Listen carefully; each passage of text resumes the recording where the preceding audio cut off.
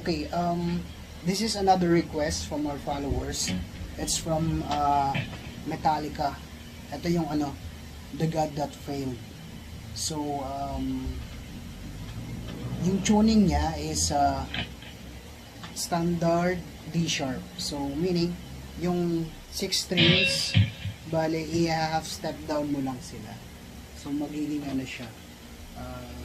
Same dun sa tutorial ko din dun sa yung sa The Killers. Ganun din yung tuning yun. So, yung tuning niya is ito yung D sharp, A sharp, G sharp, C sharp, and then F sharp, A sharp, and then D sharp.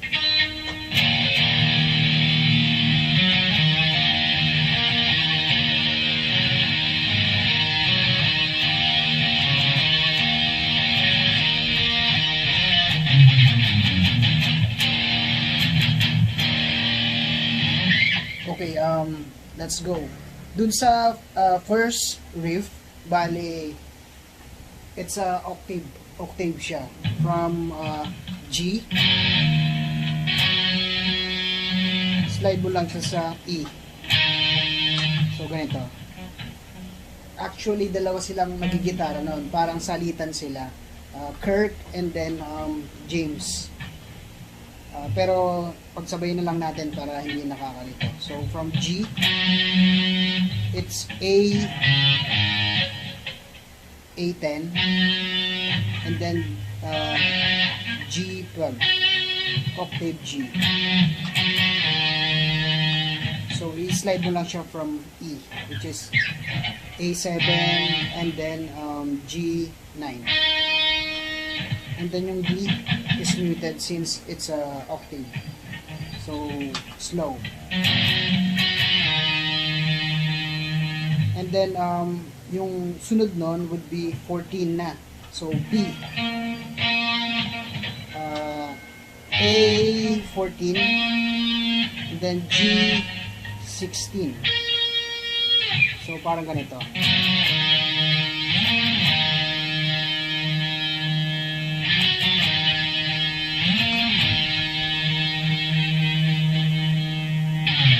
I think twice siya na ipi-play, and then yung sunod doon yung main riff ng song. Okay, for the second riff, this is their main riff. This is how I play this.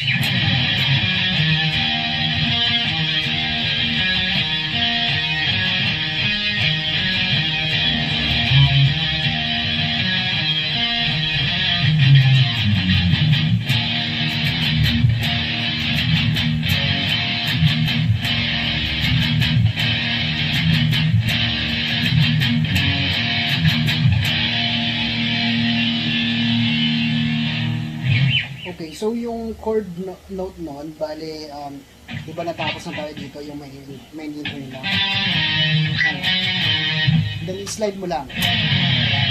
Then, yung chord note would be G, twice, D5. Then, A7. So, ulit. Then, next would be D9, twice din, so ulit.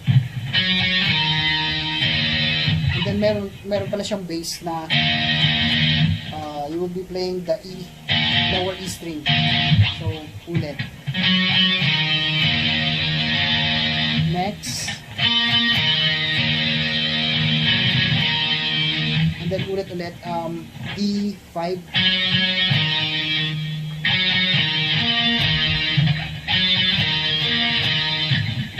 yung una is this one, pangalawa yon, pangatlo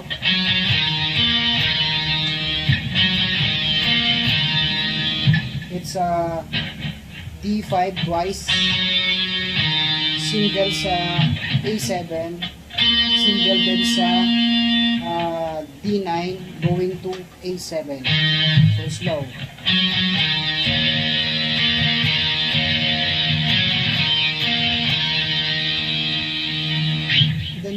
next nun is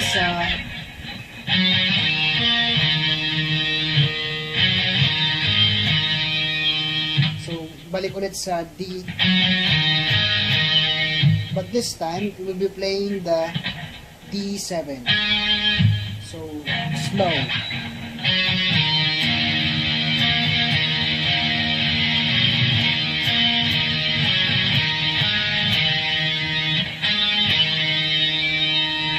And then yung next nun would be dito na sa A5 twice going to A7. So from the top.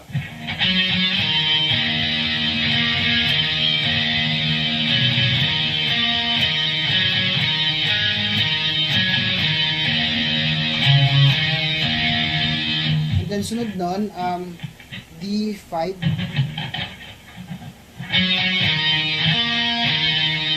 same dun sa pangalawang riff. Okay, dun sa dun sa part dito, yung ganito, yung riff niya, yung note chord would be ito, D4 and then D5. Hammer lang siya. And then next would be E7, A7 pala, A7, A5, A4, slide siya sa A2. So parang ganito yung sequence niya.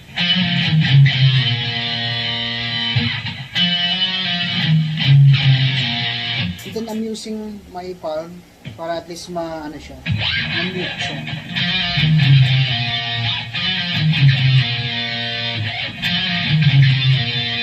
Then next, same pattern dito, tinaas lang nila. So from E5, E3, and then E2, and then chug na dun sa E5.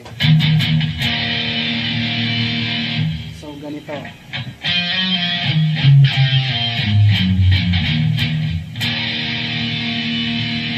Ulit.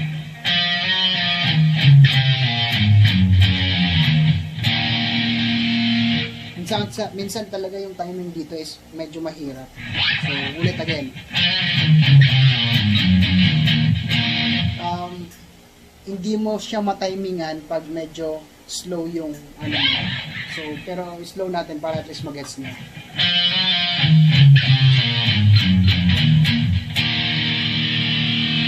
Ganon. So, yung next nun, next riff, ito rin yung parang riff nila for dun sa verse part. Pero, nilagay na nila dito. So, ito yun.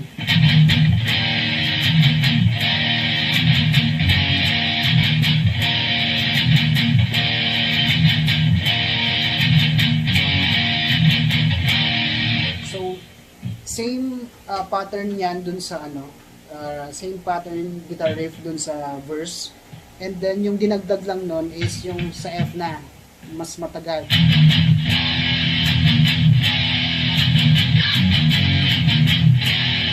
So slow natin para mag-guess nyo.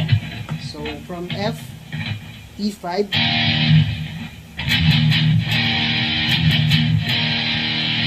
twice. And then yung pangatlo, mag-G5 ka na. So, ganito.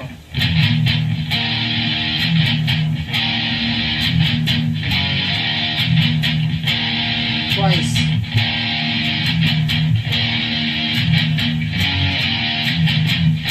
And then F na doon.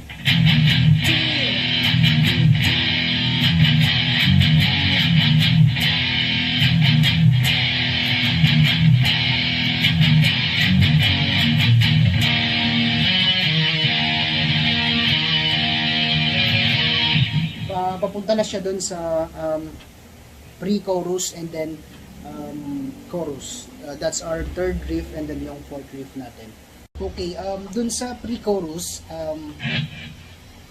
parehas lang siya dun sa, it's the same with the yung main riff, yung ganito.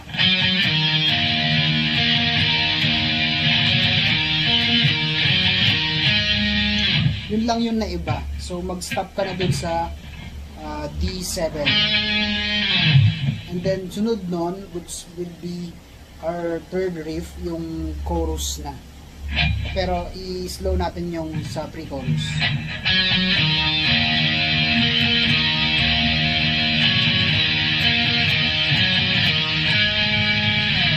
Ulit.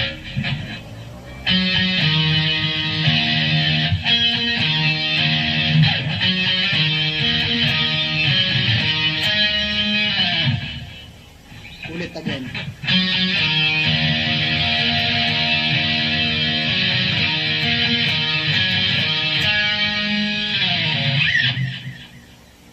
Okay, for the third riff, ito yung ano natin, yung chorus nung kanta. The chorus for the song.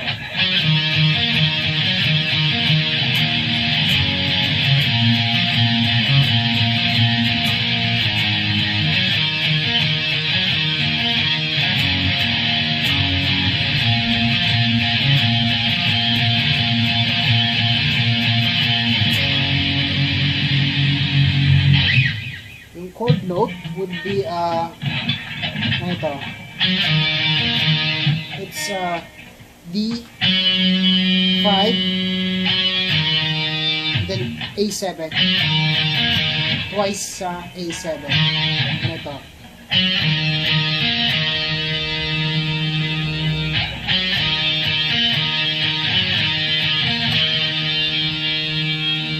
Ulit.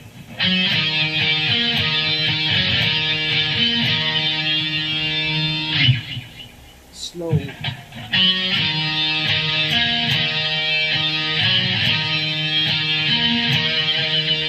And then sunod, next would be E5. E5 and then G5 power chord. Next riff, ito yung next riff ng chorus.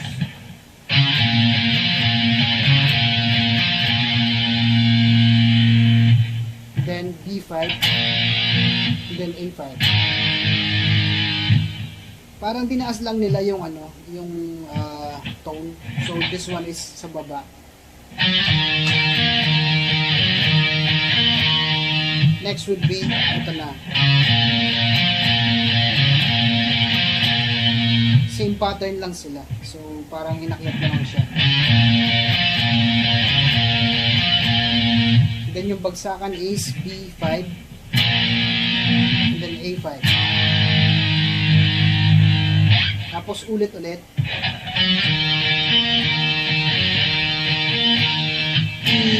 G. And then ito yung dun sa pangalawa, bale ito na yung medyo it's longer. And then instead na mag-E ka, mag-E flat sila dun. So ganito.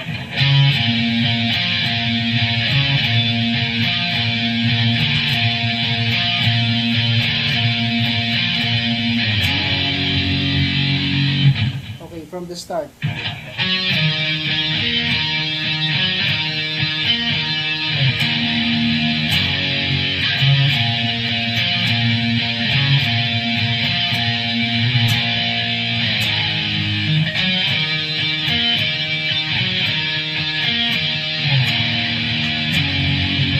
Mahaba. E flat. And then G. Tapos balik na dun sa main intro.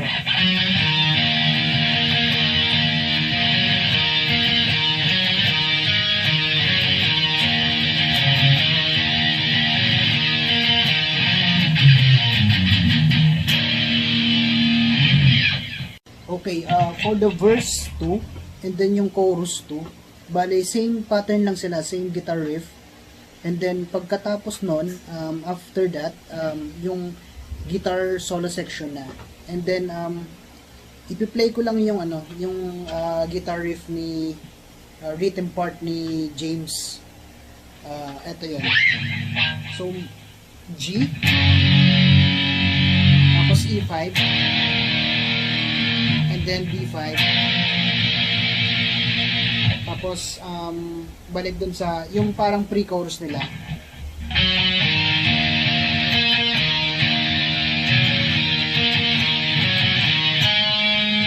And then, G, B5. Tatlong beses siya, it's 3 times. And then, yung pagkatapos ng tatlo, yung ganito na, 2 beses.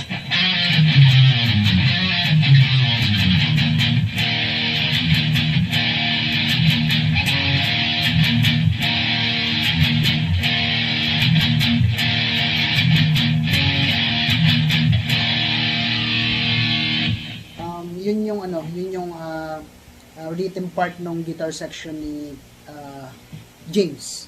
So ulit, babagsakan sa G, and then E5, and then B5, and then play na dun sa pre-chorus.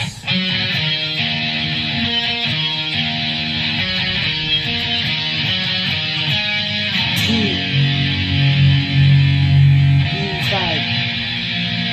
ulit.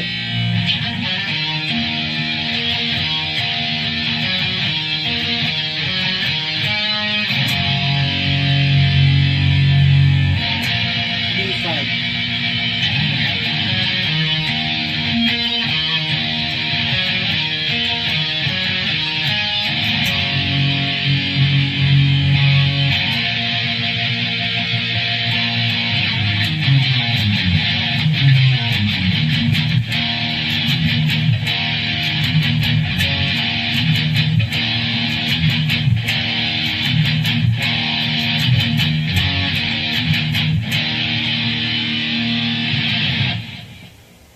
Okay, for the outro riff, this is how I play it.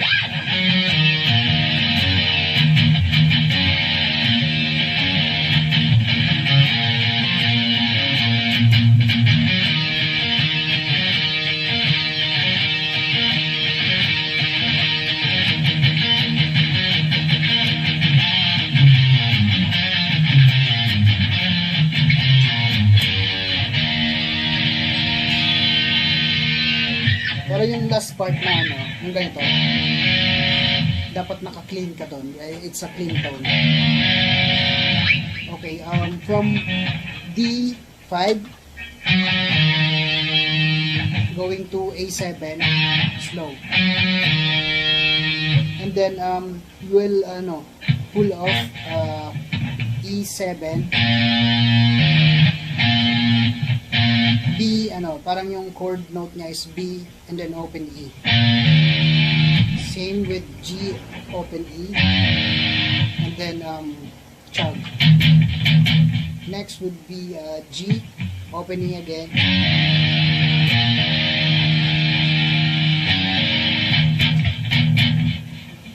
Slow natin.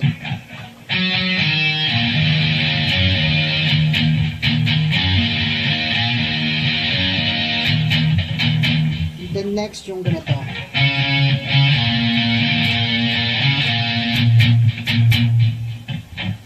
Slow.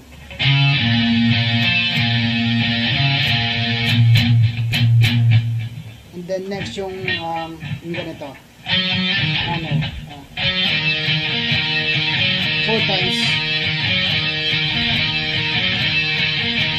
And then meron na siyang muting na nagaganap din yung ganito. Twice. And then yung descending 3 beses.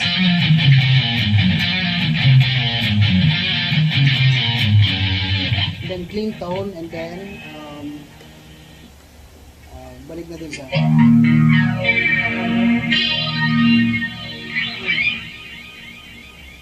okay, that's it. So that's my guitar tutorial for the yung sa The God That Failed by Metallica. So yun lang. So thank you very much for watching, and then please do follow me sa Facebook ko na Jongski, and then dun sa YouTube channel ko din na Jong TV 360. Okay, yun lang. Thank you very much again, and then see you next time, guys.